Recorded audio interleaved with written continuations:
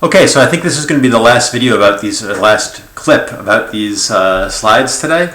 And it's kind of a lot of me sort of speculating about this and that and pontificating. But let me give you the intuition for this model again.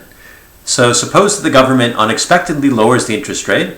So lowering the interest rate is kind of like printing money. So why is that? The way that the Fed, that's the American central bank, the way the Federal Reserve actually injects money into the economy, or the way the Federal Reserve changes the interest rate is by buying and selling treasury bonds.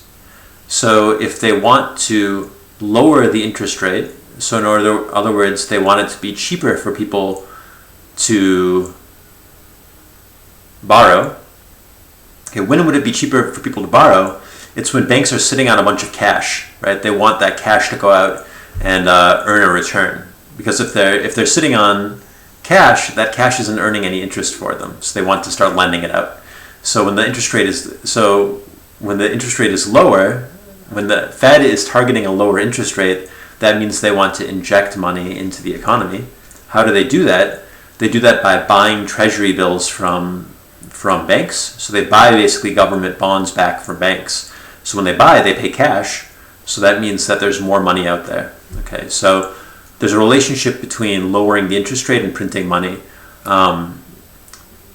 Just a side note, there's this student movement called Rethinking Economics, and I think this point is very difficult to understand before you sort of think it through, which this relationship between interest rates and money. So one of the points the student group has is that a lot of our undergraduate macroeconomics, we talk about printing money or destroying money.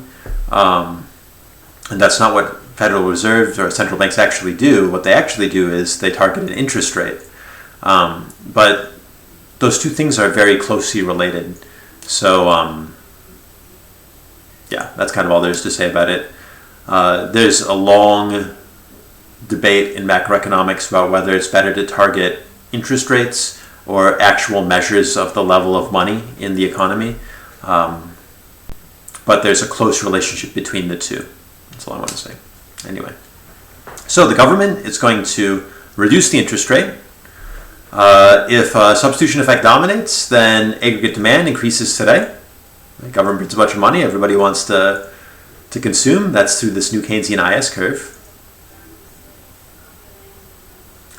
And if demand increases today, then firms are going to adjust prices higher to sell more, so that's going to increase inflation. Okay, so you can kind of see the way that the interest rate and money creation and the IS curve and the Phillips curve all work together to make this model work. Okay, I'm not sure how intuitive that was, but that's what I got.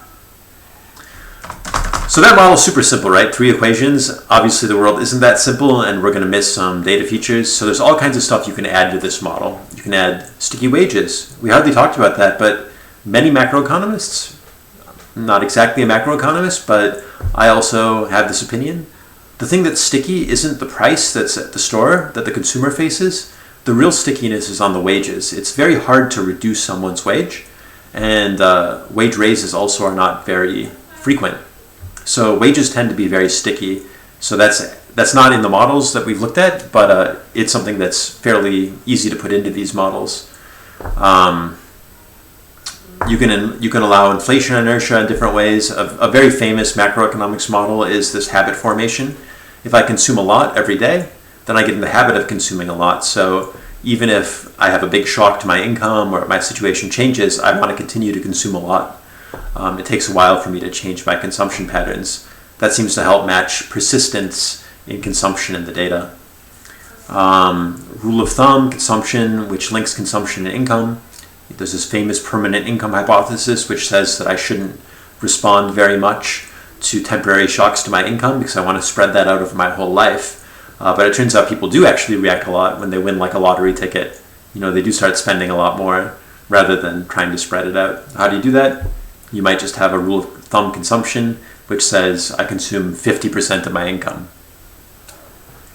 Many other types of central bank policy rules, other than the one we looked at, you can put those in. You can try to match them to what central banks actually do.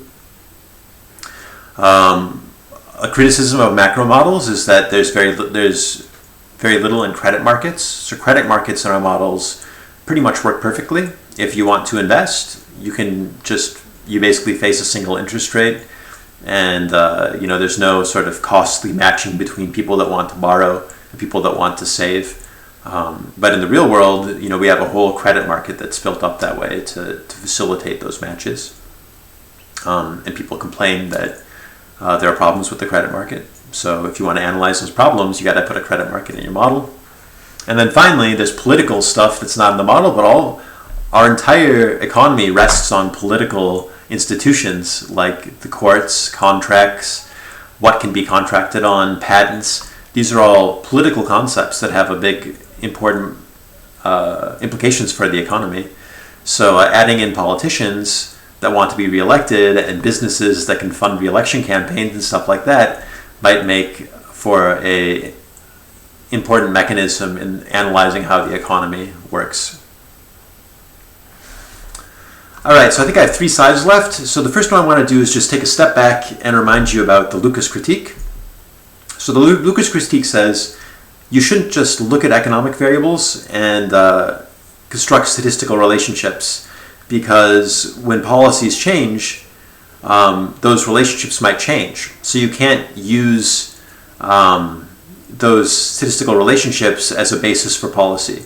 So, to make an extreme example, suppose that I find that every time, bright colors come into fashion, the economy is doing well. Well, I don't want to assume that if I mandate that everybody must wear bright colored clothing, that the economy will be permanently doing well. That's just a statistical relationship, and it might be caused by some sort of underlying fundamental, like people being happier, so they wear brighter colors because the economy is doing well. There's not a causal relationship between those two things. So this idea behind this Lucas critique is that you don't want to model things at an aggregate level. You want to model things at a level where policy doesn't change them. So you might think that people's preferences, whether you like apples or bananas, it doesn't change based on whether the government is, taxing apples differently than bananas. My preferences are the same. I might want to buy more or less if the prices are different. I'm facing a budget constraint, but my preferences aren't changed by policy. That's one thing. Secondly, technical relationships, like how to build a car.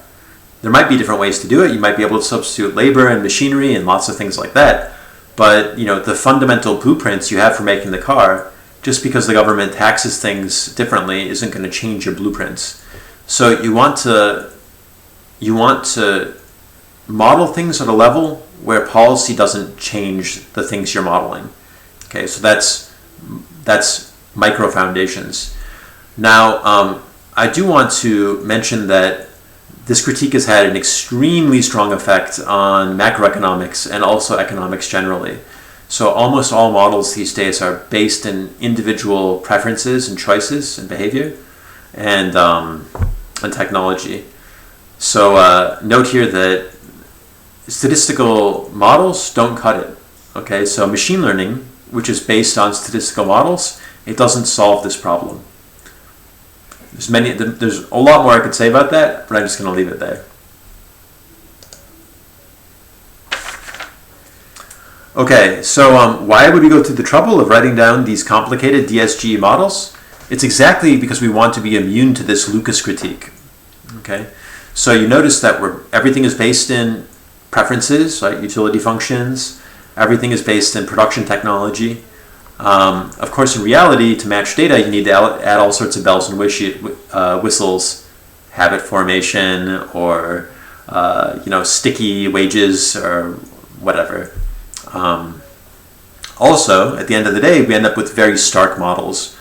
Everything we've looked at in this class has a representative agent. There's no way we can use it to analyze inequality, for instance. Capital. What is capital? Well, in our models, capital is just buildings and machines and cars, but we treat them all exactly the same way. But of course, you shouldn't be able to treat them like that.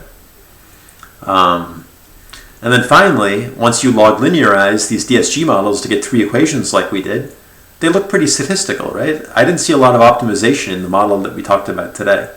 So, have we really made any progress? I don't know. Okay, so summing up, how do you want to think about this whole section on business cycles? Start with the RBC model. It's a fairly stark model. It is dynamic, it's stochastic, it explains the way that we think the economy might react to different productivity shocks. The problem is, 1, it doesn't do a great job of matching data, and 2, money doesn't matter in that model. And not only in the real world do we think money does matter, when the central bank makes announcements, it does have an effect on the economy, but that is what central banks do, so they want to have a model that will help them decide what the right amount of money in the economy is. Okay, why is that? Might be sticky prices, might be information constraints, like we saw in perfect information. So there's a discussion at the end of 7.9 about views of macroeconomists and Romer, who wrote the textbook. It's an interesting discussion. You can take a look at it. It's like maybe a couple of pages in the textbook. My opinion is that models today aren't super impressive. They're a tension between the structural optimization based on very low-level things that are policy invariant, and also ad hoc assumptions that we need to match the data. So I'm not sure that it's that much better than just the statistical model. That said, these fundamental forces in the economy might be being captured here, so we might be able to at least get an idea about directions, if not exact numbers, based on these models, or understand the economy. So I actually think that it's very likely that in the future macroeconomic models are going to actually be influenced somewhat by machine learning and more disaggregated data, and I think that's the direction that that central banks and macroeconomics in general is going. So so I think that's all I have, and then I have this last slide, which I think was really kind of an appendix slide, but one thing I'm thinking about doing for maybe the next problem set is asking you guys to simulate this model. It's only 3 equations, and you'll see that, just like the other simulations we've done, it gets kind of complicated, even though it's only 3 equations, but I'll make a decision on that, and you'll hear more about that from me later. So that's it for today.